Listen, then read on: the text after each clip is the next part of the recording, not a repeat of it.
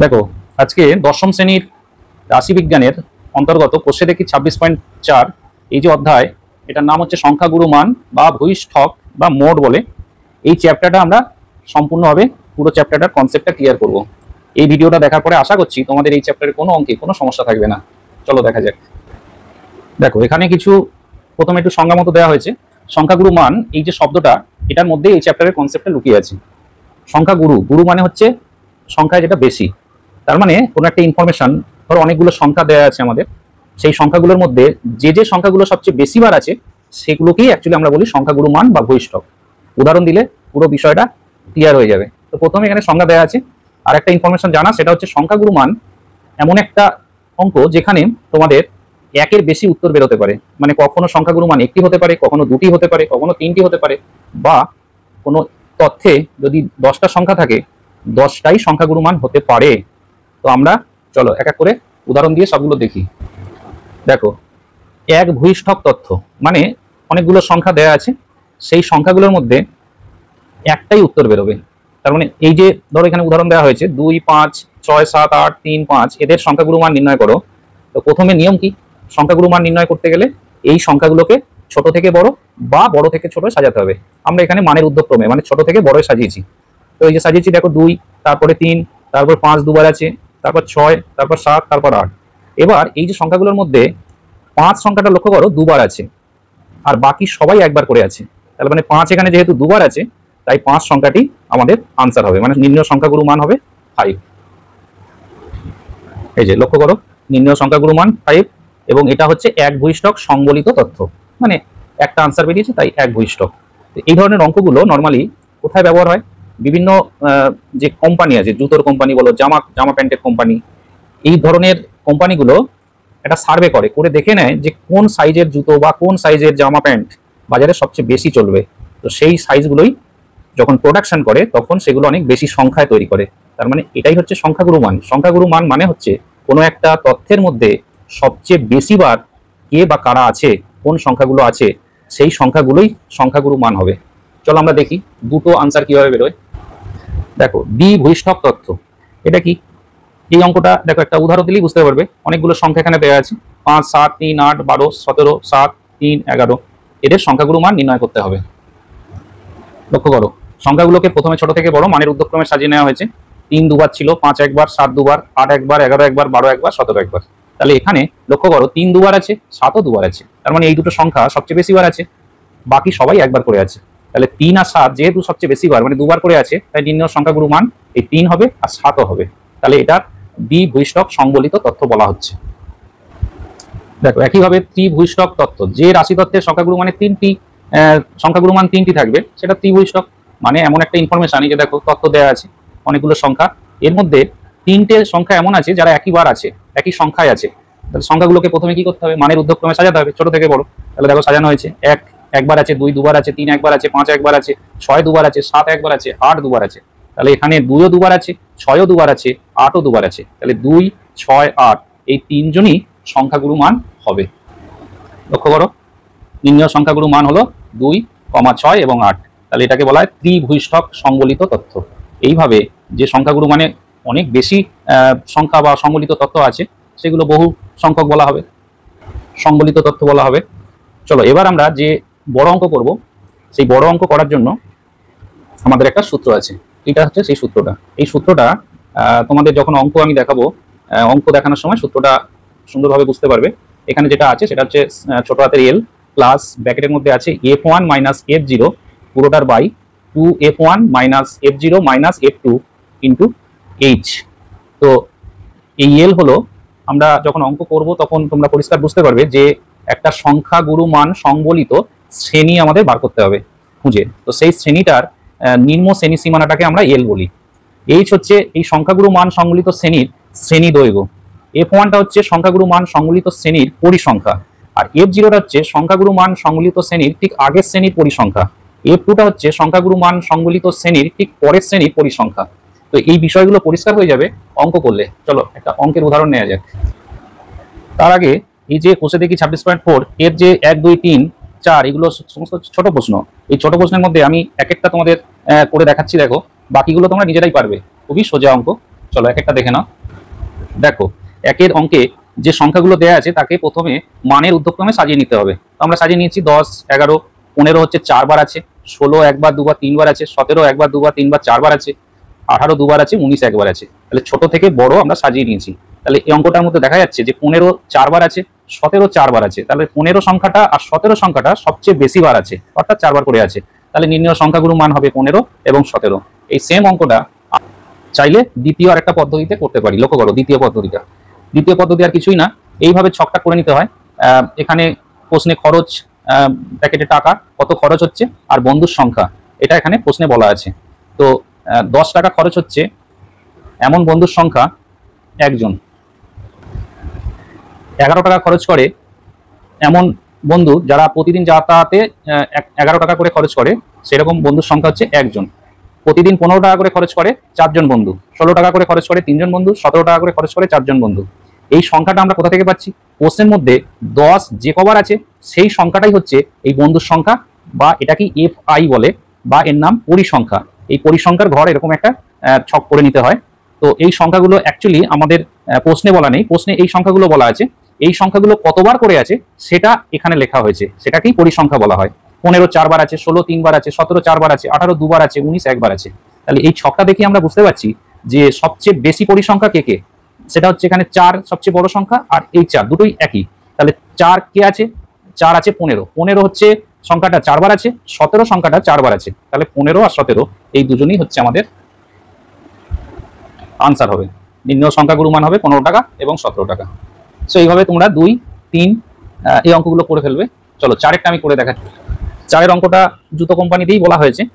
জুতোর কোম্পানি এরকম 2 নম্বর সাইজের জুতো তৈরি করছে 3টে। এই ছকটা প্রশ্নে বলাই আছে যে 2 3 বার আছে, 3 4 বার আছে, 4 5 বার আছে, 5 3 বার আছে, 6 5 বার আছে, 7 4 বার আছে, 8 3 বার আছে, 9 2 বার আছে। তাহলে আমরা শুধু জাস্ট লক্ষ্য করব যে এখানে সবচেয়ে বড় পরিসংখ্যা কোনটি। তো আমরা দেখতে পাচ্ছি এই সংখ্যাগুলোর মধ্যে সবচেয়ে বড় হচ্ছে 5 আছে, আর এখানে আরেকটা 5 আছে। তাহলে 5 কোথা থেকে পেয়েছি? এই 4 নম্বর সাইজ, আর এই 5টা হচ্ছে 6 নম্বর সাইজ। তাহলে 4 নম্বর আর এই 6 নম্বর এই দুটো সাইজ হচ্ছে আমাদের নির্ণয় সংখ্যাগুরু মান হবে। দেখো 5 নম্বর প্রশ্নটা লক্ষ্য করো। একটি প্রবেশিকা পরীক্ষায় পরীক্ষার্থীদের বয়সের পরিসংখ্যা বিভাজন ছক থেকে সংখ্যাগুরু মান নির্ণয় করি। মানে এটা আমাদের বড় অঙ্ক শুরু হয়ে গেল। তো বয়সটা কিভাবে দেওয়া আছে? 16 থেকে 18। 16 থেকে 18 এইরকম বয়সের পরীক্ষার্থীর সংখ্যা হচ্ছে 45 জন। 18 থেকে 20 এইরকম পরীক্ষার্থীর সংখ্যা হচ্ছে 75 জন। 20 থেকে 22 বছর বয়স এরকম পরীক্ষার্থীর সংখ্যা হচ্ছে 38 জন। 22 থেকে 24 এরকম পরীক্ষার্থীর সংখ্যা 22 জন। 24 থেকে 26 এরকম পরীক্ষার্থীর সংখ্যা 20 জন। তো এই অঙ্কটা আমরা সূত্রের সাহায্যে নির্ণয় করব এখান থেকে সংখ্যাগুরু মানটা। দেখো প্রথমে ছকটা আমরা খাতায় এইভাবে করে নেব। কিছুই না, এটা অ্যাকচুয়ালি পুরো দেখে দেখে করা, প্রশ্নটা দেখে দেখে জাস্ট এখানে লিখে নিতে হবে। দেখো 16 থেকে 18 45, 18 থেকে 20 75, 20 থেকে 22 38, 22 থেকে 24 22, 24 থেকে 26 20। তো এই অঙ্ক তোমরা একটা জিনিস ভালো করে বোঝো যে এই যে সংখ্যাগুরু মান এর বড় অঙ্ক করতে গেলে তোমাকে ফার্স্ট যেটা করতে হবে সেটা হচ্ছে সংখ্যাগুরু মান সংবলিত শ্রেণীটা খুঁজে বার করতে হবে। এই যে শ্রেণী, এগুলোকে শ্রেণী, অ্যাকচুয়ালি এগুলো শ্রেণী এক একটা। এই শ্রেণীগুলোর মধ্যে যে দেখো 1 2 3 4 5টা শ্রেণী আছে এখানে, এর মধ্যে কোনো একটা শ্রেণী হচ্ছে সংখ্যাগুরু মান সংবলিত শ্রেণী। সেই শ্রেণীটা আমাদের খুঁজতে হবে এবং সেটা খুঁজে বার করা খুবই সহজ কাজ। আমাদের জাস্ট এই পরিসংখ্যাটার দিকে দেখতে হবে যে সবচেয়ে বড় পরিসংখ্যা কোনটা আছে। সেই সোজা দেখো এখানে সবচেয়ে বড় পরিসংখ্যা কোনটা? 75। তো 75 সংখ্যাটা হচ্ছে সবচেয়ে বড়। তাহলে 75-এর সোজাসুজি যে শ্রেণীটা আছে এই যে 18 থেকে 20, এই শ্রেণীটা হচ্ছে সংখ্যাগুরু মান সংবলিত শ্রেণী। তাহলে ফার্স্ট আমাদের কাজ হচ্ছে এটাই আমাদের খুঁজে বার করা। দেখো আমরা করেছি এখানে সবচেয়ে বেশি পরিসংখ্যা হচ্ছে 75, এই যে 75। তাহলে 75-এর সোজাসুজি সংখ্যাগুরু মান সংবলিত শ্রেণী হচ্ছে 18 থেকে 20। 18 থেকে 20, তাহলে এই শ্রেণীটা হচ্ছে সংখ্যাগুরু মান সংবলিত শ্রেণী। এবার আমাদের যে সূত্রটা আছে লক্ষ্য করো, সূত্রটা হচ্ছে সংখ্যাগুরু মান বার করার যে সূত্র এল প্লাস এই যে পুরো সূত্রটা, এখানে এই এলটা কি? এলটা হচ্ছে এই যে সংখ্যাগুরু মান সংবলিত যে শ্রেণীটা বেরোবে তার যে প্রথম সংখ্যাটা থাকবে এটাকে বলা হয় নিম্ন শ্রেণী সীমানা। এই প্রথম সংখ্যাটা সবসময় এল এর মান হবে। ধরো এটা 18 থেকে 20 আছে, তাহলে এল এর মান হবে 18। ধরো এটা 20 থেকে 40 আছে, তাহলে এল এর মান হবে 20। ধরো এটা 25 থেকে 30 আছে, তাহলে এল এর মান হবে 25। তাহলে সবসময় সংখ্যাগুরু মান সংবলিত শ্রেণী যেটা হবে তার প্রথম সংখ্যাটা হবে এল এর মান। বোঝা গেল? এবার আসো এই যে সূত্রে এইচ আছে, এইচটা কি? এইচটা হচ্ছে এই 18 থেকে 20 এই যে শ্রেণীটা, এই শ্রেণীর এই বড় সংখ্যাটা থেকে ছোট সংখ্যাটা বিয়োগ করতে হবে, এটাকে বলা হয় শ্রেণী দৈর্ঘ্য। এইচ মানে হচ্ছে শ্রেণী দৈর্ঘ্য। তো শ্রেণী দৈর্ঘ্য বার করতে গেলে এই 20 থেকে 18 বিয়োগ করতে হবে। তাহলে 20 থেকে 18 বিয়োগ করলে এইচ এর মান হচ্ছে কত হবে? 2 হবে। তো সবসময়ের জন্য সংখ্যাগুরু মানের বা রাশিবিজ্ঞানের সমস্ত অঙ্কে এইচ বার করতে হলে তোমাকে ঊর্ধ্ব শ্রেণী সীমানা থেকে নিম্ন শ্রেণী সীমানাটা বিয়োগ করতে হবে, এটাকেই বলা হয় শ্রেণী দৈর্ঘ্য। তো দেখো এইচটা আমরা বার করে নিয়েছি ব্র্যাকেটে, 20 - 18 = 2। এবার আসো F1। F1টা কি? F1টা হচ্ছে সবচেয়ে বড় পরিসংখ্যা যেটা, সেটাই হচ্ছে F1। সবসময় সমস্ত অঙ্কে, এই সংখ্যাগুরু মানের সমস্ত অঙ্কে সবচেয়ে বড় সংখ্যাটা হবে F1। আর F1 এর আগের সংখ্যা কি? 0। তাই F1 এর আগে মানে এই 75 সংখ্যাটার আগে আছে 45, সেটা সবসময় হবে F0। তাহলে F1 এর আগের যে পরিসংখ্যা সেটা সবসময়ের জন্য হবে F0। আর 1 এর পরে 2 হয়, এগুলো জাস্ট নামকরণ আর কিছু না। তো 1 এর পরে 2, তাহলে F2টা ঠিক হবে ঠিক তার পরের পরিসংখ্যাটা। তার মানে সংখ্যাগুরু মান সম্মিলিত শ্রেণীর আগেরটা হচ্ছে যে পরিসংখ্যা সেটা হচ্ছে F0, আর সেই সোজাসুজি যে পরিসংখ্যা সেটা হচ্ছে F1, তারপরেরটা হচ্ছে F2। তাহলে সবকটা যে অজানা রাশি আমাদের এই সূত্রটায় আছে, সব অজানার মান আমরা জেনে গেলাম। এবার আমরা এই ফর্মুলাটাতে এই মানগুলো বসিয়ে দেবো, দিয়ে ক্যালকুলেশন করলেই আমাদের সংখ্যাগুরু মান বেরিয়ে যাবে। চলো দেখা যাক। দেখো আমরা মানগুলো বসিয়েছি। এল এর মান হচ্ছে 18, এই যে বলেছিলাম। তো এল এর জায়গায় 18 বসে গেছে, প্লাস F1 এর মান হচ্ছে 75, F0 এর মান 45, 2 × F1, এটা ফর্মুলা, 2 × F1 এর মান 75 মাইনাস F0 এর মান 45 মাইনাস F2 এর মান হচ্ছে 38 ইন্টু এইচ আছে, এইচ এর মান হচ্ছে 2। এই অঙ্কটার ক্ষেত্রে যার যা মান সাইডে ব্র্যাকেটে আমরা লিখে দিতে পারি। এবার ক্যালকুলেশন করতে হবে। ক্যালকুলেশনটা সব অঙ্কের ক্ষেত্রে একদম সেম টু সেম। দেখো প্রথমে তোমরা এটা এই বিয়োগটা করবে, 75 থেকে 45 বাদ দিয়ে দাও, মাইনাস করো, 30 হয়। তারপরে এই গুণটা করে নেবে, এই যে 75 এর সঙ্গে 2 এর গুণ মানে 75 দুগুণে 150 হয়। আর এই 45 এর আগেও মাইনাস চিহ্ন আছে, 38 এর আগেও মাইনাস আছে, এবং এটা সব অঙ্কের ক্ষেত্রেই এই দুটো সংখ্যার আগে মাইনাসই থাকবে। আর আমরা জানি যে দুটি সংখ্যার আগে যদি একই চিহ্ন থাকে তাহলে সেই সংখ্যা দুটো যোগ করতে হয়, কিন্তু চিহ্নটা বসে যায়, চিহ্নটা যেমন থাকে তেমনই অপরিবর্তিত থাকে। তাহলে আমাদের সবসময়ের জন্য এই সংখ্যাটা আর এই সংখ্যাটা কি করতে হবে? যোগ করতে হবে। তাহলে এখানে দেখো 8 8 5 13, 3 হাতে 1, 3 আর 1 4, 4 আর 4 8, 83 হয়েছে। এই যে দুই দিকে মাইনাসটা আছে, মাইনাসটা কিন্তু মাইনাসই থাকবে। অনেকে যারা অঙ্কে একটু দুর্বল আছো তোমরা ভাবো যে এখানে মাইনাস মাইনাসে প্লাস হবে, আসলে এগুলো গুণ বা ভাগের ক্ষেত্রে হয়, যোগ বিয়োগের ক্ষেত্রে তার নিয়ম নয়। যোগ বিয়োগের ক্ষেত্রে সবসময় জানবে সংখ্যা চিহ্ন থাকে, মানে এখানে প্লাস এখানে প্লাস, তাহলে যোগ করতে হবে। আবার দুটো সংখ্যার আগে একই চিহ্ন, মানে এখানে মাইনাস এখানে মাইনাস আছে, তাহলেও যোগ করতে হবে, কিন্তু যোগ করার পরে যোগফলের আগে মাইনাসটাই বসে যাবে, মাইনাস চিহ্নটাই বসাতে হবে। আর যদি দুটো সংখ্যার আগে আলাদা চিহ্ন থাকে তাহলে সবসময় বড় সংখ্যা থেকে ছোট সংখ্যা বিয়োগ করতে হয়, এগুলো তোমরা জানো। যাই হোক, এখানে যেহেতু দুটোই মাইনাস ছিল আমরা যোগ করেছি, মাইনাসটা বসে গেছে। এর পরের লাইনে ক্যালকুলেশনে কি করতে হবে? এই যে 150 থেকে এই সংখ্যাটা বিয়োগ করতে হবে, বিয়োগ করলে হয় 67, আর উপরে ছিল 30 × 2, ব্র্যাকেট তুলে দেওয়া হয়েছে। চলো দেখো 30 দুগুণে 60 আর নিচে 67, তাহলে 60কে আমরা 67 দিয়ে ভাগ করতে হবে। এই ভাগটাও খুব ইম্পর্টেন্ট। রাশিবিজ্ঞানে সবসময় মাথায় রাখবে, যখন ভাগ মিলবে না তখন আমাদের পয়েন্টের পরে 3 অঙ্কর ভাগ নিতে হবে, মানে 3 পয়েন্টের পরে 3টে সংখ্যা নিতে হবে। 3টে সংখ্যা নিয়ে উত্তর লেখার সময় সবসময় আমরা পয়েন্টের পরে 2টো সংখ্যা লিখবো, মানে 2 অঙ্ক বিশিষ্ট পয়েন্টের পরে রাখবো। তো চলো প্রথমে ভাগটা দেখে নিই। 67 দিয়ে এই টোটাল সংখ্যাটিকে, যেহেতু 67 থেকে 60 ছোট সংখ্যা, তাই আমরা 600কে 67 দিয়ে ভাগ করব। এই পয়েন্ট নিয়ে একটা শূন্য করে নিয়েছি। তো 8 দিয়ে ভাগ দিচ্ছি, 8 দিয়ে 67 গুণ করলে 536 হয়। এটা বিয়োগ করলে 64 বেরোয়, পয়েন্টের জন্য আবার একটা শূন্য। তারপর 9 দিয়ে যাচ্ছে, 9 দিয়ে 67 গুণ করলে 603, এটা বিয়োগ করলে লক্ষ্য করো 37 হচ্ছে, 37। আবার একটা পয়েন্টের জন্য শূন্য নিতে হবে, বিকজ এখানে পয়েন্টের পরে 3টে সংখ্যা আমাকে আনতে হবে। তাহলে শূন্য নিলে তারপরে দেখো 5 দিয়ে ভাগ যাচ্ছে, 5 দিয়ে 67কে গুণ করলে 335। এরপরে যে বিয়োগ বেরোবে, ধরো এটা 5 এটা 3, আর আমাদের ভাগ করতে লাগবে না, যেহেতু মিলছে না তাই পয়েন্টের পরে 3 ঘর নেওয়ার পরে আমরা ভাগ ছেড়ে দেবো। চলো এবার দেখো, তাহলে এটা ভাগ করে হলো 0.895, যেহেতু মেলেনি তাই আমরা প্রায় লিখে দেবো ব্র্যাকেটে। এবার এটা আসন্ন মানে আনসার লিখতে হবে। আসন্ন মান হচ্ছে পয়েন্টের পরে 2 অঙ্ক বিশিষ্ট আসন্ন মান নিতে হবে সবসময়। রাশিবিজ্ঞানের যে কোনো অঙ্কে তোমাকে পয়েন্টের পরে 2 অঙ্ক বিশিষ্ট সংখ্যা রাখতে হবে। তো সেটা কিভাবে করতে হয়, সেটা হচ্ছে 3 নম্বর যে অঙ্কটা আছে, দেখো পয়েন্টের পরে 1 2 3, এই 3 নম্বর যে অঙ্ক বা সংখ্যাটা আছে, এই সংখ্যাটা যদি 5 বা 5-এর বড় হয় তাহলে আগের সংখ্যার সঙ্গে 1 যোগ হয়ে যায়। আর যদি এই 5টা 5 না থেকে এখানে 4 থাকতো বা 3 থাকতো বা 2 থাকতো, মানে 5-এর ছোট থাকতো, তাহলে এই পয়েন্টের পরে দুটো সংখ্যা যেমন আছে সেই অবস্থায় অপরিবর্তিত থাকতো। কথাটা আবার বলছি, পয়েন্টের পরে আমরা 3 ঘর ভাগ নিয়েছি, 3টে সংখ্যা নিয়েছি। 3 নম্বর সংখ্যাটা যদি 5 বা 5-এর বড় হয় তাহলে আগের অঙ্কটা 1 বেড়ে যাবে, মানে এই সংখ্যাটা 1 বেড়ে যাবে। আর যদি এটা 5-এর ছোট হয় তাহলে আগের অঙ্কটা বা সংখ্যাটা যা আছে তাই থাকবে। তো এই অঙ্কটার ক্ষেত্রে লক্ষ্য করো, যেহেতু এখানটায় 5 আছে তাহলে এই 5 উঠে যাবে, এখানে এই যে আগের অঙ্ক বা সংখ্যা এটা 1 বেড়ে যাবে। তাহলে অ্যাকচুয়ালি এটা আছে পয়েন্টের পরে কত, 89, এর সঙ্গে যদি আমরা 1 বাড়িয়ে দিই তাহলে হয়ে যাবে 90। তাহলে এই সংখ্যাটা হয়ে গেল 90। এটা কেন করা হয়? কারণ আমাদের রাশিবিজ্ঞানের সর্বদাই আমরা এই পয়েন্টের পরে দুটো অঙ্ক রাখি আনসারে, এটা রাখতে হয়, তাই আসন্ন মানে এইভাবে করতে হবে। তাহলে এখানে 18 যোগ 0.90 আছে, এটা যোগ করলে 18.90 প্রায়, এটাই আনসার। সো শেষে লিখে দেবে নির্ণেয় সংখ্যাগুরু মান 18.90 বছর প্রায়। তাহলে দেখো 5-এর অঙ্কটা আমি করে দিলাম, ঠিক একইভাবে 6-এর অঙ্কটাও তোমরা পারবে, 7-এর অঙ্কটাও তোমরা পারবে। তোমরা 5-এর অঙ্কটা বারবার দেখো, দেখে তোমরা 6 আর 7 করার চেষ্টা করো, না হলে কমেন্টে আমাকে জানাও, আমি এগুলো করে তোমাদের পাঠিয়ে দেবো দরকার হলে ভিডিও।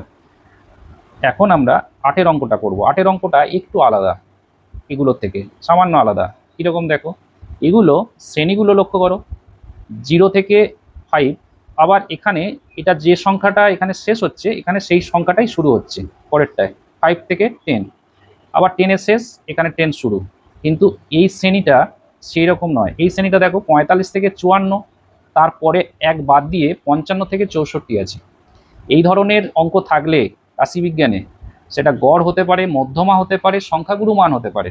তোমাদেরকে একটা ছকে একটা নতুন কলাম করে নিতে হয়, আর সেই কলামে তোমাদের একটা শ্রেণী সীমানা বলে একটা কলাম নতুন তৈরি করতে হয়। সেটা কিভাবে করতে হয় চলো 8-এর অঙ্কটা আমরা করি, এই অঙ্কটায় সেটা শিখে নেবে। এবং এই ধরনের ছক যে কোনো অঙ্কে যদি আসে তোমাদের শ্রেণী সীমানাটা কিভাবে বার করতে হয় সেটা তোমরা বুঝে যাবে। দেখো ছকটা আমরা করেছি, প্রথমে যে ছকটা ছিল সেটা হচ্ছে শ্রেণী সীমা 45 থেকে 54, তারপরেরটা আছে 55 থেকে 64, এখানে 54 শেষ, এখানে গিয়ে আবার 55, মাঝখানে 1-এর গ্যাপ হচ্ছে। এই ধরনের শ্রেণীকে অ্যাকচুয়ালি বলা হয় শ্রেণী অন্তর্ভুক্ত। এই শ্রেণীগুলোকে বলা হয় শ্রেণী অন্তর্ভুক্ত। কিন্তু আমাদের অঙ্ক করার সময় সমস্ত শ্রেণীগুলোকে এরকম ধরনের যদি শ্রেণী অন্তর্ভুক্ত শ্রেণী থাকে, মানে যে সংখ্যাটা শেষ সেই সংখ্যাটা দিয়ে যদি শুরু না হয়, তার পরের সংখ্যা দিয়ে শুরু হয়, তাহলে আমাদের শ্রেণী বহির্ভূত একটা শ্রেণী তৈরি করতে হয়। এই যে শ্রেণীটা আমরা বার করেছি এটা হচ্ছে শ্রেণী বহির্ভূত বলে। যাই হোক, এগুলো ক্লাস 9-এ এই শ্রেণী বিভাগগুলো আছে। তো আমাদের অঙ্কটায় যেটা করতে হবে সেটা এটা হচ্ছে শ্রেণীর সীমা, পরেরটা আমরা শ্রেণীর সীমানা বলে হেডিং করব। এবং এই শ্রেণী সীমানাটা কিভাবে বার করে এটা একটু বুঝে নাও, এটা সমস্ত অঙ্কে লাগবে তোমাদের। যে অঙ্কে এই ধরনের শ্রেণী দেবে, মাথায় রাখো, যদি এই ধরনের শ্রেণী দেয় তবেই তোমরা এইরকম একটা নতুন শ্রেণী সীমানা বলে একটা কলাম তৈরি করে নেবে। চলো কিভাবে করতে হয় দেখো, এই যে 54 শেষ আর এখানে 55 শুরু হয়েছে, মানে 1-এর গ্যাপ। এটা দেখো 64, পরেরটা আছে 65, তার মানে 1-এর গ্যাপ। তো এই 1-এর অর্ধেক করতে হয়। 1-এর অর্ধেক মানে হচ্ছে 0.5।